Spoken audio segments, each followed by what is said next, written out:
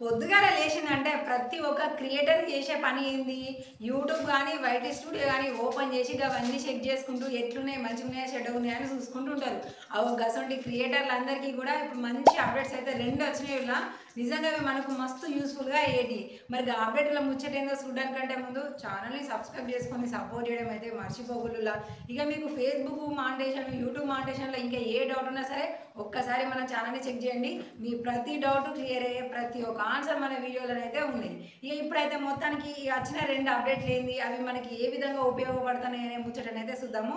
ముందుగానైతే మనము ముందుగా YouTube open చేసిన వాళ్ళకి వచ్చిన ఫస్ట్ అప్డేట్ ఏంటంటే, ఇక నేను కూడా యూట్యూబ్ అయితే ఓపెన్ చేసిన తర్వాత ఇక్కడ ప్లస్ సింబల్ మీద క్లిక్ చేసి ఇక్కడ మనకి వీడియో దగ్గర ఉంటుంది. కొంచెం ఇట్లా స్క్రోల్ చేయగానే మనకి పోస్ట్ ఉంటుంది. గదేలో మన కమ్యూనిటీ పోస్ట్ మనం పెడుతూ ఉంటాం కదా.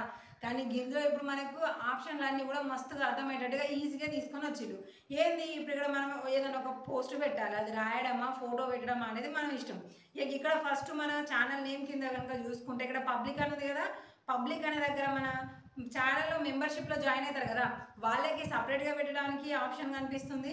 అలాగే అందరికీ ఇక ఎవరు పడితే వాళ్ళు చూడడానికి కూడా అన్నట్టుగా మనకైతే ఆప్షన్ అయితే కనిపిస్తుంది. ఇక్కడ దీన్ని సెలెక్ట్ చేసుకొని డన్ అన్న తర్వాత మన పోస్ట్ ఏందో సెలెక్ట్ చేసుకొని పోస్ట్ అనగానే ఆ పోస్ట్ అనేది అయిపోతుంది. అంతేకాకుండా దీని పక్కకే 3 సుక్కలు కనబడుతున్నాయి కదా, ఇక దీని మీద క్లిక్ చేసినాం అనుకోండి, దీని పబ్లిక్ డైరెక్ట్ పబ్లికా లేదంటే షెడ్యూల్ పెట్టాలా, అలాగే ఎక్స్పైర్ ఎప్పుడు 1 అవర్ 24 అవర్స్ తర్వాత ఎక్స్పైర్ అనేది ఆ బటన్ కూడా మనం ఆన్ చేసుకోవడానికి అయితే చూపిస్తుంది. అలాగే షెడ్యూల్ ఆప్షన్ కూడా మనకైతే ఇక్కడ నుంచేలే కనబడుతుంది. మనం ఏ డేట్కి ఏ టైంకి కావాలంటే ఆ టైంకి పెట్టుకోవచ్చు. సో ఇక్కడ విజిబిలిటీ కూడా మనం సెలెక్ట్ చేసుకోవడానికి అయితే మంచిగా కనబడుతుంది. ఈ ఆప్షన్లన్నీ ఇంత ముందుకు మనకి ఇక్కడ పైన పోస్ట్ అని ఉంది కదా, దాని కంటిన్యూషన్ అనే ఉండదు. కానీ ఇప్పుడు ఇక్కడ నుంచేలా మనకి ఈజీగా వచ్చేసినాయి. ఇదైతే ఫస్ట్ అప్డేట్. అంటే ప్రతి ఒక్క నార్మల్ పీపుల్ కూడా ఇప్పుడు క్రియేటర్గా మారిపోయి వాళ్ళకున్న టాలెంట్ని మంచిగా చూపిస్తూ ఉన్నారు కదా. సో అలాంటి టాలెంటెడ్ పీపుల్స్కి కూడా బాగా ఇంగ్లీష్ వచ్చి ఎక్కడికెక్కడికో పోతేనే ఆప్షన్ తెలవాలి అన్నట్టుగా లేకుండా అందరికీ కూడా సక్కంగా అర్థమయ్యేటట్టుగా ఇక్కడ ఒక్క దగ్గరనే మనకు ఆప్షన్లన్నీ కూడా తీసుకొని వచ్చిందనమాట. ఇక మనం ఫోటోలు గిట్లా పెట్టాలంటే ఇక్కడ గ్యాలరీ సింబల్ కనబడుతుంది, రాయాలంటే కనబడుతుంది, రాసిన లెటర్స్ని ఫాంట్ చేంజ్ చేసుకోవడానికి కూడా ఇక్కడ మనకి ప్రతి ఒక్క ఆప్షన్ అయితే కనబడుతుంది. ఇక ఇవన్నీ కూడా మనకి ఎరికే. ఇది ఫస్ట్ అప్డేట్. ఇక సెకండ్ అప్డేట్ ఏంటంటే, ఆ సెకండ్ అప్డేట్ కూడా మనకి ఇక్కడ నుంచి కూడా కనబడుతుంది.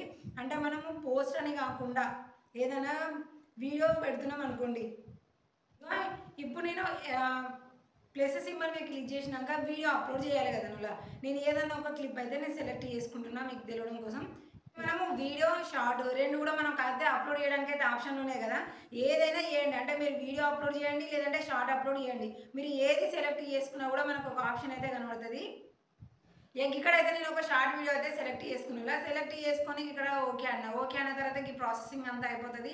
అయిపోయిన తర్వాత మనకి నెక్స్ట్ ఆప్షన్ ఏందో చూపిస్తుంది. ఇక్కడ మనం రాయాల్సిన అంతా రాసి మేక్ ఓవర్ అంతా చేసి టిక్ మార్క్ మీద క్లిక్ చేసిన తర్వాత మళ్ళీ వస్తుంది. ఇక్కడ ఓకే అంటే ఓకే అయిపోతుంది. సౌండ్ కావాలంటే అక్కడ ఏమైనా పెట్టేసుకోవచ్చు. అది కాకుండా ఇప్పుడు మనము టోటల్గా ఇక్కడ వచ్చేసి అంటే మన టైటిల్ హ్యాష్ ట్యాగ్స్ రాసే దగ్గర నుంచి కనుక చూసుకుంటే ఇక్కడ మనకి ఆల్టరేట్ కంటెంట్ అనే ఒక ఆప్షన్ అయితే చూపిస్తుంది. చూడండి ఇక్కడ మనకి ఆల్టరేట్ కంటెంట్ ప్రమోషన్ అనే లేబుల్ కింద ఉంది కదా, దాని కింద మనకి ఆప్షన్ అయితే చూస్తుంది.